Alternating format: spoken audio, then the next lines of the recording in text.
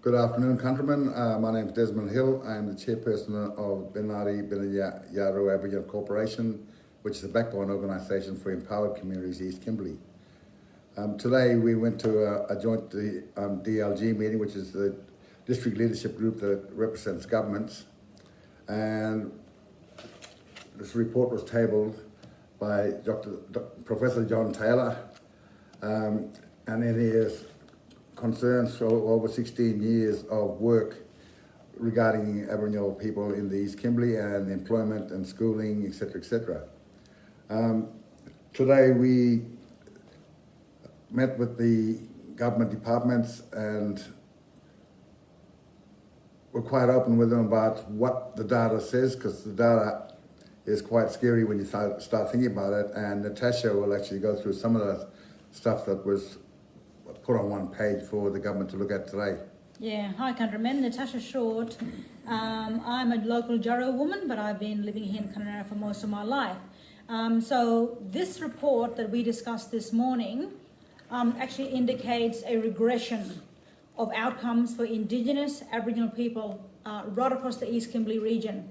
And this is called an infographic, and it's just basically one single document that extracts and pulls out all the big data, the numbers that can be shown to people in a really easy to see and understandable way about what some of those concerns are. So we have gone backwards in every single indicator possible, even indicators I'm sure that are not even a part of the report. It stands to reason that we've also gone backwards on those in those areas as well. So just to give you a very quick couple of points, 65% of our working age population is currently dependent on welfare.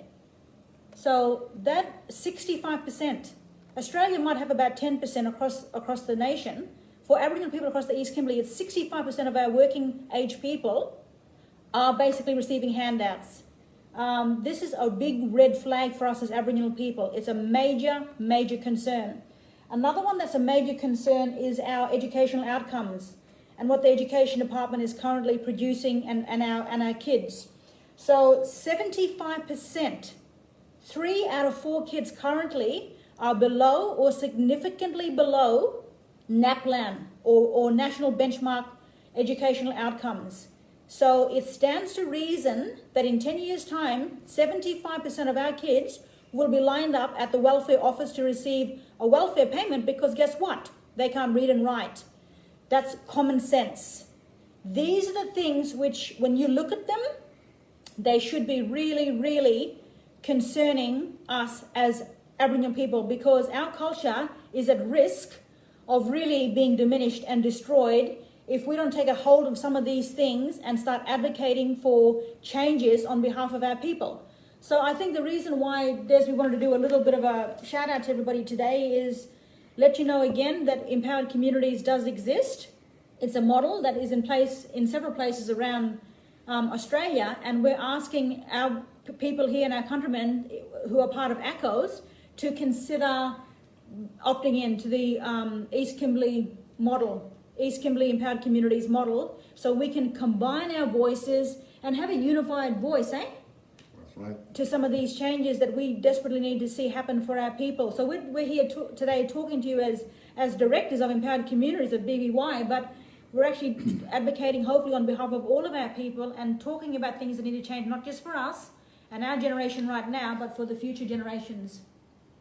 So Des, did you want to say anything to that? Well, Natasha, I mean, even though Natasha only mentioned a few little things, I mean, another scary stat there is the green one down the bottom. If you look at that, on crime and justice, you know, how much people of ours are actually in the jails. Yeah. You know, we might be the minority across Australia in numbers, but in jails we are the majority of numbers because of the justice system, and it all stems back to education and all that stuff that we have to start looking at. Yeah. We've been trying, and there are opportunities, but at the same time we need the government to come on board and work with us. Yeah. Not tell us what to do or for us to go do it ourselves. To work with us Yeah. Because at the end of the day, it's their responsibility as well as us as Aboriginal people. Yeah, I think that's a really important point. So it's about working together And so empowered communities is really about co-designing and having that opportunity where we know the problems and we know the solutions, and the government has to come there together at the table with the resources and the powers and the influence to make some of these things happen and change. And so we can stop talking about what needs to change and actually get about changing things as well. We're behind in every indicator. Okay, crime and justice, health, income, housing, education, employment, we're back, we're behind. So we have regressed as a people. And so we were doing fantastically well probably 40, 50 years ago. And now we've actually gone backwards as people. And we need to grab a hold of these things now, intervene as Aboriginal people, and start saying and calling people to account and working with governments in a better way, and holding them to account as well in regards to how they're expending some of the funding that's coming into the Kimberley region, so we can see true change happen for our people. Yeah. And the scary thing about it, it's even though we're talking about this one that's just relevant to the East Kimberley, there's other reports also addressing the same problems in the East Kimberley.